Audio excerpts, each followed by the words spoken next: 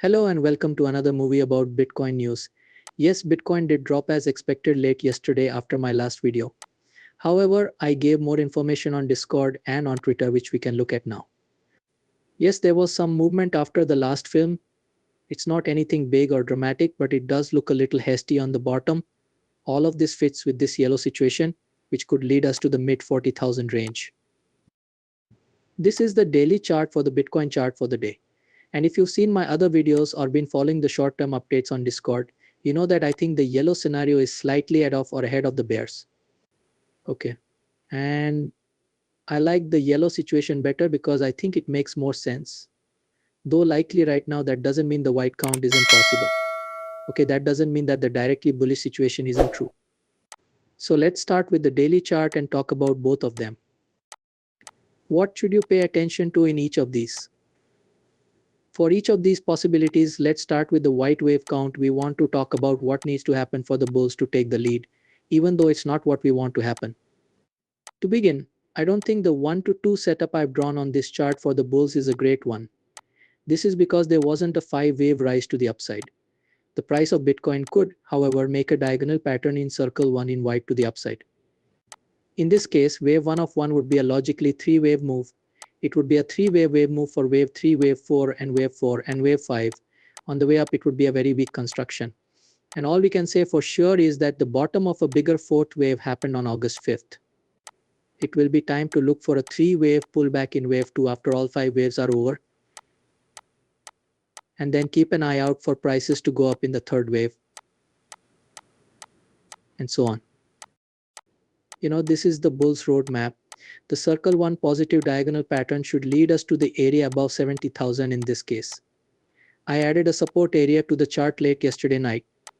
It is between 52,108 and 55,833. So this is a place to get help.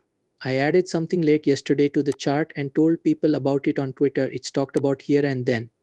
In this case too, we talked about the support zone, which is set between 55,833 and 52,108. But I did say there that the white situation is not the best. Until there are clear signs that the market is going up like a 5-wave move up and a break above resistances. As I said, this is just the area, yeah? It's a support zone from which the bulls might make a comeback, but we don't know that yet. It's just where in the white situation reward and risk work well together. But I don't think that's the most likely thing to happen. But you can see that the market responded directly to the 50% fib level yesterday when there was a sell-off. There has been some consolidation as well, but no sudden activity. And the main reason I don't think the white count is most likely is that prices haven't moved up on their own since the low on August 5th. But we've seen 5 waves move down on the yellow chart, in the yellow count, and in the yellow count, and in the yellow analysis. So prices moved quickly last week, which is why I like the yellow wave count. It means we might go down a bit, maybe into the mid 40,000 area.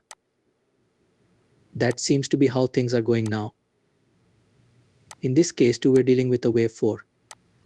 The only difference is that wave 4, which began here in March, is probably still going on. We are moving down in wave C of Y of 4 at the moment. And if we look at a smaller time frame after that, you can see this substructure that worked out well.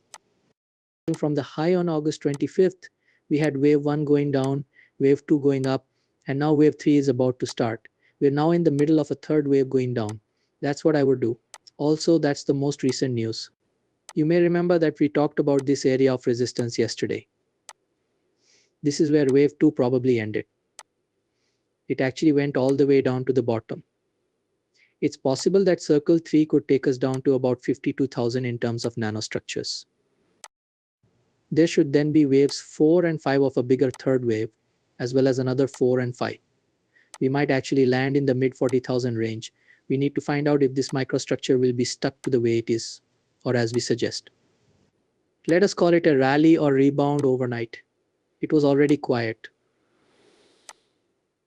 A lot of the ball came back, but I don't want to call it forceful. That being said, it's not wrong. As of now, we haven't broken above any levels, but it's possible that this is just a bigger wave 2 instead of a wave 4. The most important thing is that whichever wave counted this year on a micro level, So if we break around 56,980, the substructure would need to be interpreted or reinterpreted in a small way. There would be a gathering to fix things though, and that's what's important, right? It would be seen as a gathering to fix things.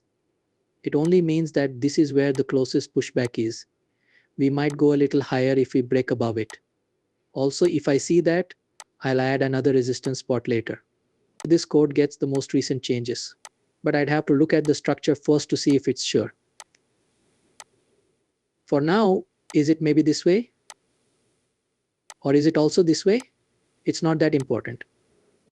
It's important to remember that this is just a corrective rise and that prices are likely to go down even more, right? That's the plan. That's the idea right now.